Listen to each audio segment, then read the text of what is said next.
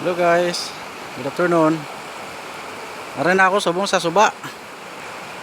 Ito na naman ang suba namin ngayon, no? Katapos ng bagyo. Pero hindi pa masyadong hindi pa masyadong malinaw ang tubig, guys. Medyo malabo pa siya, oh. Pero pwede na maligo kahit na ganyan ang kulay niya. Yan, galing yan doon sa bukid, guys. Yan, nakita mo yung bundok doon sa unahan. At doon pa sa unahan may mga malalaking bundok pa roon. Doon galing itong itong tubig na ito. Papunta roon sa dagat. Ang labasan niya sa dagat. Yan. Yan, pakita ko lang sa inyo, guys, para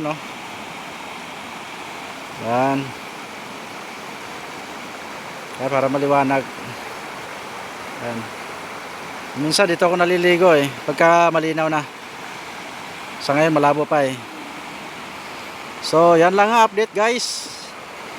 Maraming salamat sa panonood. Sana paki-like and share na rin sa video na ito. Maraming salamat po sa panonood.